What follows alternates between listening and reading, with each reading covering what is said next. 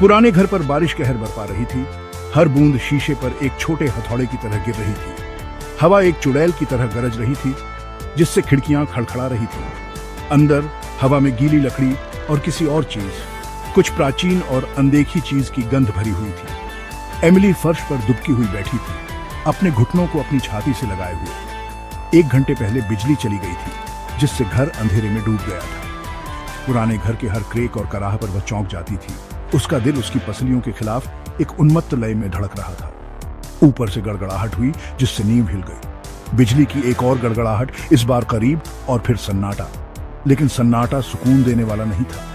यह घना और भारी था, अनदेखे खतरे से भरा हुआ। एमिली कांप गई। उसने अपने स्वेटर को अपने चारों ओर कसकर खींच लिया। एक नई आवाज, पहले धीमी, फिर धीरे धीरे तेज होती गई। ऊपर से खरोंचने, घसीटने की आवाज आ रही थी। एमिली जम गई।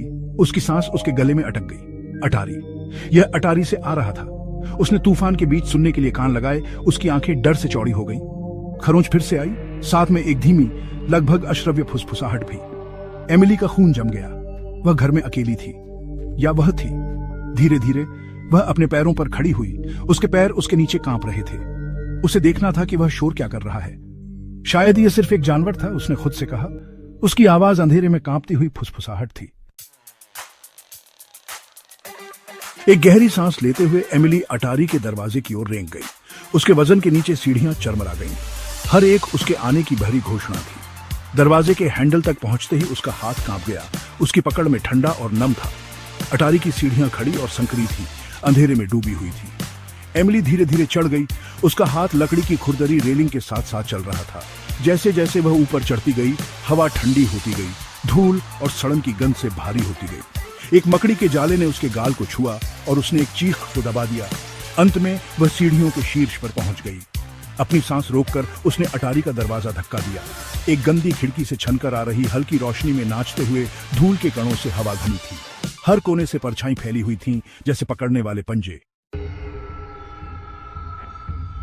खरोंचने की आवाज फिर से आई, अब तेज, अटारी के दूर छोर से आ रही है। दिल तेजी से धड़क रहा था। एमिली आगे बढ़ी। उसका हाथ किसी ठंडी और चिकनी चीज से छू गया। उसकी रीढ़ की हड्डी में एक कंपकंपी दौड़ गई। वह जानना नहीं चाहती थी कि यह क्या था। अचानक एक आकृति परछाई से बाहर निकल आई, लंबी और कंकाल जैसी। उसकी विशेषताएं अंधेरे में खो गईं। एमिली हाँफने लगी, दहशत में पीछे हट गई। मोमबत्ती उसकी पकड़ से फिसल गई, जिससे अटारी अंधेरे में डूब गई। सन्नाटा, फिर एक धीमी आह उसके कान के पास। एमिली चिल्लाई, एक हताश, गला घोंटने वाली आवाज जो खाली अटारी से गूंज रही थी। लेकिन कोई जवाब नहीं था, केवल उसकी खुद की अनियमित सांस लेने की आवाज और छत में एक रिसाव से पानी की लगातार टपक टपक टपक की आवाज। एमिली चली गई थी।